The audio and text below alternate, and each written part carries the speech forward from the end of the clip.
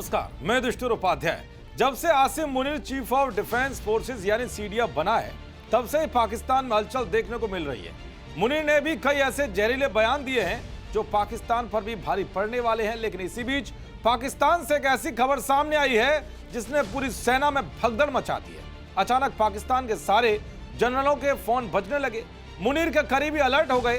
रावलपिंडी से लेकर इस्लामाबाद और लाहौर से लेकर कराची तक हलचल देखने को मिल रही है। पाकिस्तानी मीडिया में इस हलचल पर वैसे तो बहुत सारी बातें कही जा रही हैं, लेकिन कई रिपोर्ट्स में यह दावा किया जा रहा है कि मुनीर को हार्ट अटैक आया है, जिसके बाद उन्हें अस्पताल ले जाया गया। पूरे पाकिस्तान में इसको लेकर हड़कंप मच गया है। सेना के बड़े अफसरों ने चुप्पी से सस्पेंस और गहरा दिया है। पाकिस्तानी सरकार के मंत्री तो एकदम खामोश हो गए हैं, क्योंकि मुंह से कुछ गलत निकला तो पाकिस्तानी सेना पीछे पड़ जाएगी। लिहाजा कुछ देर के लिए पूरे पाकिस्तान में कंफ्यूजन के हालात थे। हालांकि कुछ पाकिस्तानी मीडिया चैनल सेना के बड़े अधिकारी के सूत्रों के हवाले से खबर चला रहे हैं कि मुनीर को पैनिक अटैक आया है, लेकिन पाकिस्तान में कोई भी इस खबर पर खुलकर बात नहीं कर रहा है। ऐसा इसलिए भी है क्योंकि बात मुनीर की है। जो भी उसकी बात को लीक करता है या उसकी सच्चाई को सबके सामने लाता है, या तो वो उसका काम तमाम करा देता है या फिर उसे जेल में डलवा देता है। और पाकिस्तानी सेना की तानाशाही का इतिहास तो दुनिया को अच्छे से पता है।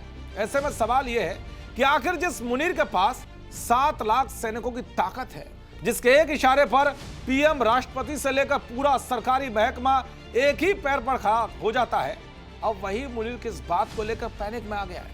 तो इसको लेकर भी एक बहुत बड़ा दावा किया जा रहा है। दरअसल ऑपरेशन सिंदूर के बाद पाकिस्तान के हालात बिगड़ गए हैं, लेकिन मुनीर ने सीडीएफ बनने की हनक में आपा खोते हुए जिस तरह का पिछले कुछ दिनों में भारत के खिलाफ जहर उगला है या बयानबाजी की है, उसके बाद तो बॉर्डर पर तनाव जैसी स्थिति पैदा हो गई है। भारतीय सेना ने पाकिस्तान को फिर से ठोकने की पूरी तैयारी कर ली है।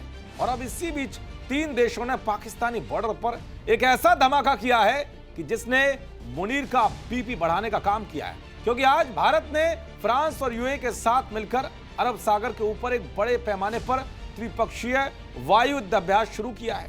इस अभ्यास में भारतीय वायुसेना के सबसे शक्तिशाली लड़ाकू विमान सुखोई 30 MKI और जगुआर आसमान में गरजे।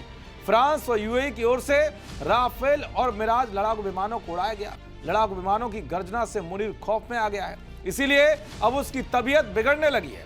आसिम मुनीर की हालत बिगड़ने की एक और वजह रावलपिंडी में शुरू हुआ जबरदस्त प्रदर्शन भी है, जिसमें हजारों की संख्या में भीड़ मरने मारने पर उतारू है और मुनीर मुर्दाबाद के नारे लगा रही है। कुल मिलाकर मुनीर चारों तरफ से बुरा घिर गया है, इसीलिए उसकी हालत बिगड़ रही है। अब देखना यह होगा कि मुनीर की तबीयत पर और क्या कुछ रिपोर्ट सामने आती है। देखते रहिए जी न्यूज़। नमस्कार।